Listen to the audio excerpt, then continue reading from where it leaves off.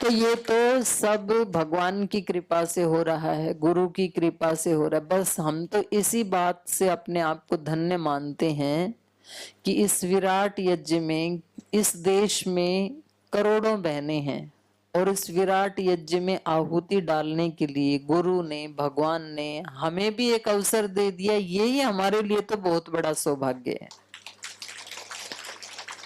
तो हमेशा हमें एक धन्यता के भाव में रहना है, एक कृतज्ञता के भाव में रहना है। तो एक तो आपको योग कक्षाएं ज्यादा बढ़ानी है। क्यों? क्योंकि देखो, जितना अच्छाई का प्रचार होगा उतना बुराई का नाश होगा। सब जगह आप योग योग योग योग योग योग योग योग फैला देंगे तो भोग का अपने आप ही नामो निशान नहीं रहेगा, उसको जगह ही नहीं मिलेगी ना। तो बहनों, आपको अपने बच्चों की संतति की नस्ल को सुधारना है। आज जो हमारे युवक युवतियां हैं, जो हमारे बच्चे हैं, एक तूफान की गति से वो नशे की तरफ बढ़ रहे हैं, वासना की तरफ बढ़ रहे हैं, गंदगी की तरफ बढ़ रहे हैं। हमें उनको बचाना है। जब एक गाय नई प्रसूता होती है, उसका प्रसव होता है, तो उसका जो छोटा बच्चा होता है, उसके पास कोई कुत्ता बिल्ली आ जाए तो वो जो बिल्कुल सौम्य स्वरूप वाली गाय थी वो सिंहनी का रूप धारण कर लेती है, मारती है बहुत जोर से, किसी को पास नहीं आने देती अपने बच्चे, क्योंकि वो एक माँ है तो उसकी सुरक्षा करती है।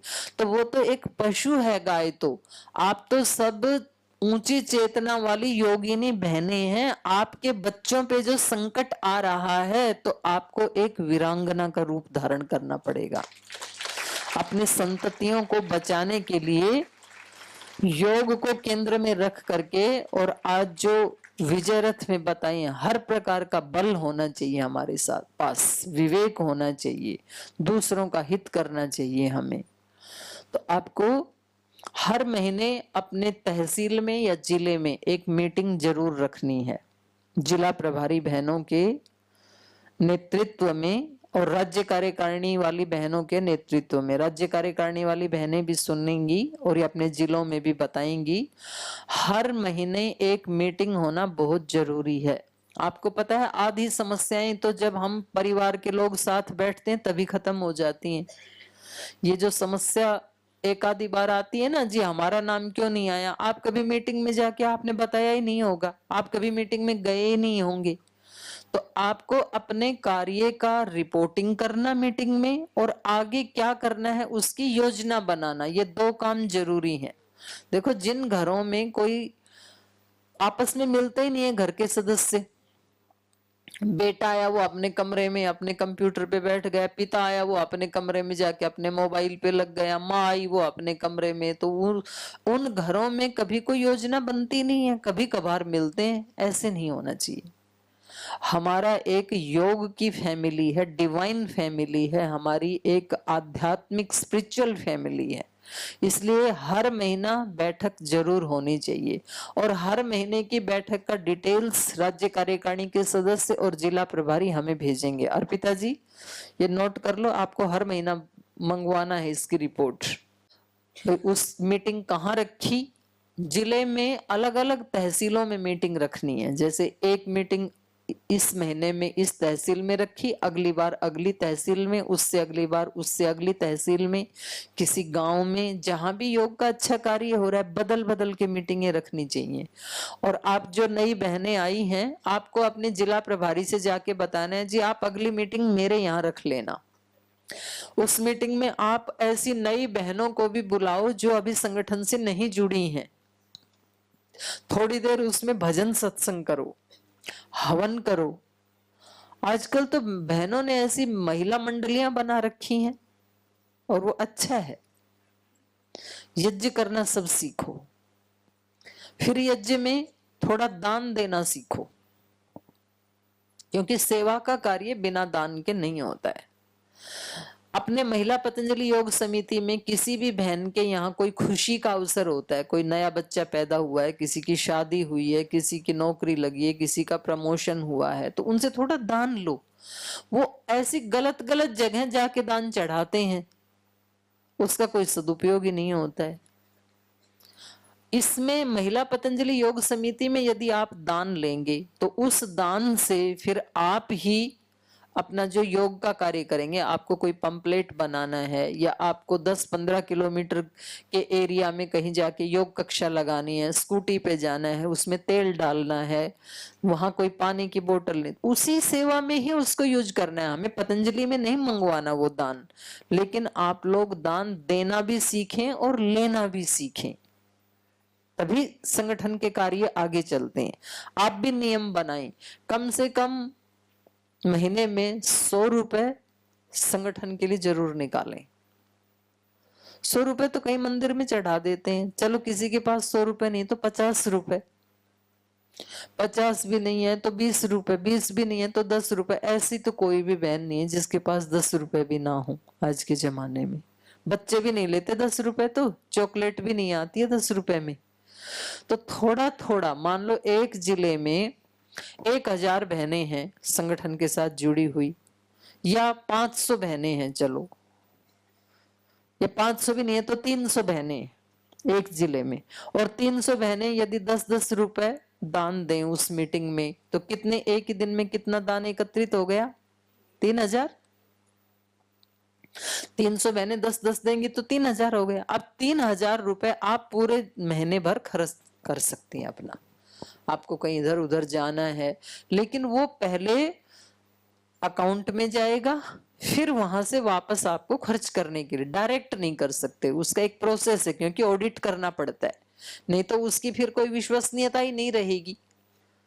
कोई कितना भी किसी से लेके खर्च कर देगा। तो उसका नियम ये है कि आप खुद दान दे रहे हैं या दूसरे से ले रहे हैं, तो पहले वो पूरा दान अकाउंट में जाएगा। अकाउंट अभी स्टेट लेवल के ऊपर है, जिले में अकाउंट नहीं है महिलाओं का, लेकिन उस जिले में आपको 100% वापस मिल जाएगा। यदि किसी जिले ने 5000, 3000 जितने भी दान राशि प्रांत को भेजी है, तो उसमें कुछ जिलों में 100%, कुछ जिलों में 80%, 80% तक तो हमने सभी में ही बोल रखा है कि भाई 80% तक वापस दे दो। 20% इसलिए रखना पड़ता है प्रांत में कि कभी कभी कुछ प्रांत स्तर के कार्यक्रम होते हैं, और कोई भी बहन के मन में ये डाउट नहीं आना चाहिए कि जी हम इनको देंगे तो कहीं ये राज्य प्रभारी या राज्य कार्यकारिणी के सदस्य ये दुरुपयोग तो नहीं कर लेंगे।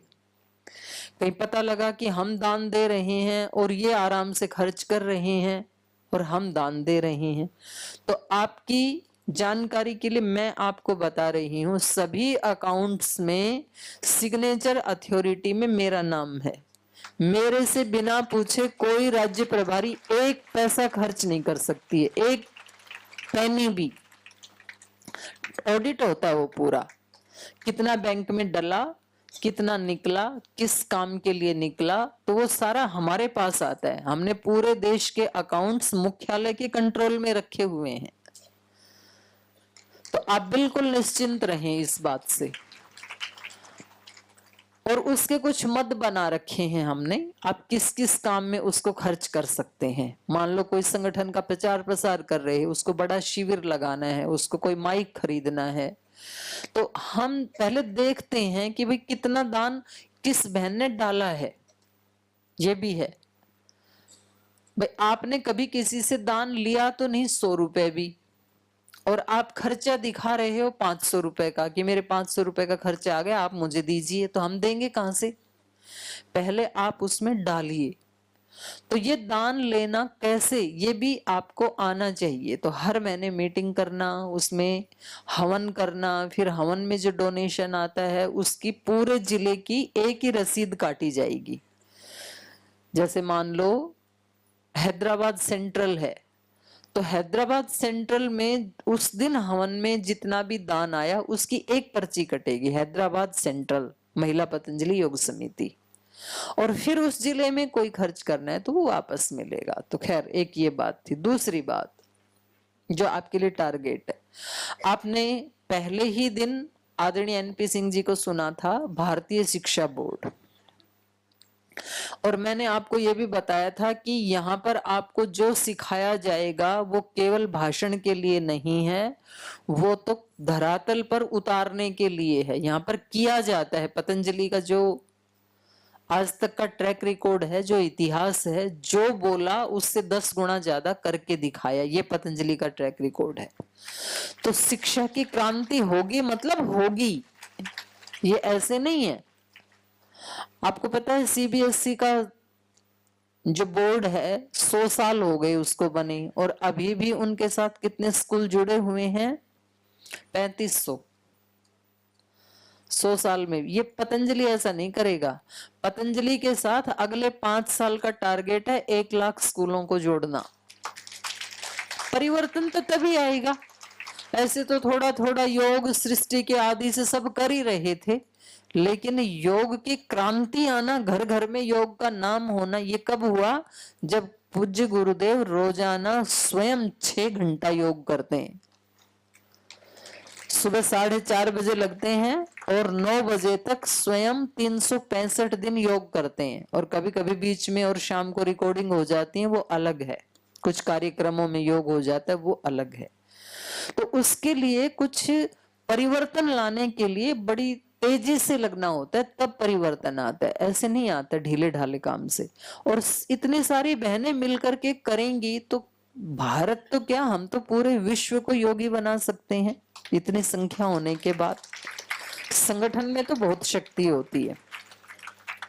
तो आप बहनों को जितने स्कूलों में आप जा सकती हैं, 2-2, 3-3 बहनें मिलकर के, कुछ प्राइवेट स्कूलों में आप जाएं, भारतीय शिक्षा बोर्ड के बारे में बताएं, आप उसके सिलेबस के बारे में बताएं, सिलेबस नीचे देखें खुद।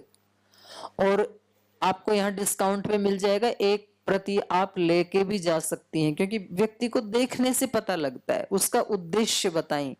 अभी आप कम सीख पाए तो वेबसाइट पर जाकर और विजिट करें। आप कोशिश करें कि एक तो है उन विद्यालयों को, स्कूल्स को बोर्ड के साथ एफिलेट करने का काम, वो भी होगा। अभी हमने नवंबर में ही उसकी मीटिंग बुला रखी है। दूसरा होता है केवल पुस्तकें लगाना। 8वीं तक के जो स्कूल हैं उसमें किसी ना किसी पब्लिशर की पुस्तकें पढ़ाई ही जाती हैं, तो क्यों ना वो पतंजलि योगपीठ की पुस्तकें पढ़ाई जाएं।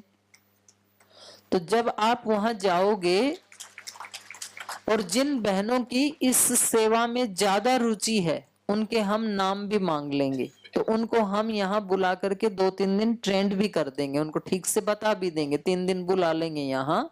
और फिर कोई बहन यदि 50 स्कूलों में जाती है, 50 स्कूलों में या तो पुस्तकें लगवाती है या तो वो एफिलेट करवाती है कुछ स्कूलों को बोर्ड के साथ, तो हम उसको उसका कुछ खर्चा भी दे देंगे। भी जाना है ना, तो उसकी हम एक व्यवस्था भी बना लेंगे। और किसी को कुछ भी नहीं चाहिए और मेरे को तो सेवा ही इतनी करनी है, तो वो तो सभी को ही करनी है। हम तो हैं ही एक काम के लिए, जो गुरु ने आदेश दिया उस आदेश में हम जुट गए, क्योंकि ये देश हमारा भी है। हमारे बच्चे अच्छी पुस्तकें पढ़ेंगे, भारतीय शिक्षा बोर्ड की पुस्तकें पढ़ेंगे, उनके चरित्र ऊंचे बनेंगे, तो उसका लाभ केवल महाराज जी को मिलेगा या हम सबको मिलेगा? आप सबको ज्यादा मिलेगा, क्योंकि आपको भुगतना है। महाराज जी तो सन्यासी हैं। आपके बच्चे अच्छे बने बुरे बने, महाराज जी को तो क्या ही हानि होगी। लेकिन अच्छे बने तो ये आपके लिए भी शुभ है, गुरुदेव के लिए भी शुभ है, और इस राष्ट्र के लिए भी शुभ है। इसलिए बड़ी सोच के साथ आप कार्य करना। तो अपने को शिक्षा क्रांति को एक टारगेट में रखना है इस साल, और नए प्रशिक्षण शिविर लगाना। जैसे आप लोग यहाँ आए, आप लोगों को प्रशिक्षण दिया गया वहां, तो आप सबकी जानकारी के लिए मैंने कल अपनी राज्य प्रभारी बहनों से भी ये बात की थी। आप 3 प्रकार के कोर्स बनाइए, नहीं तो हम ही यहाँ से बना के भेज देंगे आपको। एक 15 दिन का कोर्स, जिसको कुछ थोड़ा डीप सीखना है योग के बारे में, तो उसको हम 15 दिन का कोर्स बना देंगे। वो कोर्स आप ऑनलाइन भी चलाइए, ऑफलाइन भी चलाइए। क्योंकि कुछ लोगों को ऑनलाइन प्रशिक्षण लेने में सुविधा है, वो ऑफलाइन नहीं आ सकते, छुट्टी आदि नहीं होती है उनकी। कुछ लोगों को ऑफलाइन सुविधा है, उनके पास मोबाइल भी नहीं है, मोबाइल चलाना भी नहीं आता, तो वो ऑफलाइन लेना चाहते हैं। तो अपने को दोनों चलाने हैं, तो अपने को एक टीम बनानी है जाकर के कि भाई ये हमारा सिलेबस बन के आया है 15 दिन का, इसमें से ये बहन योग करवा सकती है, ये बहन योग दर्शन पढ़ा सकती है, ये प्राणायाम करवा सकती है, ये भजन की सेवा दे सकती है। ऐसे अलग अलग, और दूसरे भाइयों को भी ले सकते हैं आप प्रशिक्षण में, दूसरों की भी, और दूसरे प्रांत की बहनों को भी ले सकते हैं। जब आप ऑनलाइन शिविर चलाएंगे तो झारखंड वाले माता मंजूश्री को भी एक दिन बुला सकते हैं ऑनलाइन में, और तेलंगाना में माता जी सुधा को भी बुला सकती हैं। तो ऐसे इंटरचेंज, जिला प्रभारियों को बुला सकते हैं। तो एक 15 दिन का कोर्स हम आपको बना के देंगे जिनको ज्यादा सीखना है। एक फिर 5-6 दिन का मीडियम कोर्स बना के देंगे कि उनके पास इतना ही टाइम है, वो इतना ही सीखना चाहते हैं। एक फिर 3 दिन का कोर्स भी बना के देंगे। उस व्यक्ति को यह कि मैं इतना सीख लूं कि मैं बीमार ना पड़ूं बस, तो ठीक है, हमारे को ऐसे लोगों को भी प्रशिक्षण देना है, प्रशिक्षित करना उनको भी। तो तीनों की अलग अलग फीस होगी, 15 दिन वाले की अलग फीस होगी, 6 दिन 5 दिन की अलग होगी, 3 दिन वाले की अलग होगी, उनका सिलेबस भी अलग होगा, कुछ चीजें कॉमन भी होंगी। तो यहाँ आपको जितने भी, इसलिए मैं आपको बोल रही थी कि यहाँ जो सिखाया जा रहा है आप डायरी में नोट करते जाइए, क्योंकि ये आगे आपको काम आने वाला है। आप जब बताओगे ना तब इस डायरी में से पढ़ के ही जाओगे आप। ये सारा प्रशिक्षण आपको विजय रथ यदि यहाँ आपको सिखाया है तो आपको भी आगे जाके विजय रथ ऐसे ही सिखाना है जैसे आपने यहाँ सीखा है। दैवी संपद आपने यहाँ सीखी है तो आपको भी आगे जाकर के ऐसे ही बताना है। प्राणायाम, रोगानुसार आसन, वो सब जैसे मोटापा के लिए या अलग अलग रोगों के लिए, जैसे यहाँ पूजा साध्वी जी ने आपको सिखाया वैसे आपको भी आगे जाके वैसे ही सिखाना है।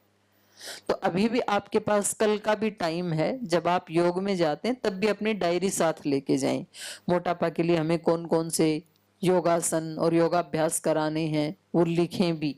फिर आपको एक पुस्तक भी दे दी है, उपचार पद्धति, परम पूज्य गुरुदेव की अब तक की ये सबसे बेस्ट पुस्तक है। महाराज जी ने खुद लिखी है ये पुस्तक, और कई कई बार सोच विचार करके चिंतन करके उसको पीछे वाले को काटा, फिर नया लिखा, तब कहीं ये पुस्तक तैयार हुई है 7-8 महीने में जाकर के।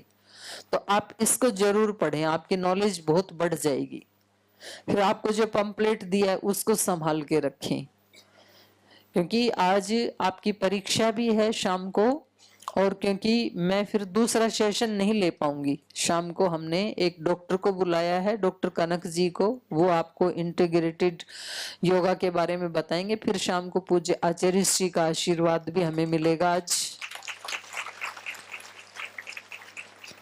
तो आपको ये सारी चीजें अभी भी आप नोट डाउन करते जाओ। प्रशिक्षण शिविर लगाने हैं, हर महीना मीटिंग करनी है, नहीं तो आप भूल जाओगे, आप लिखते जाइए।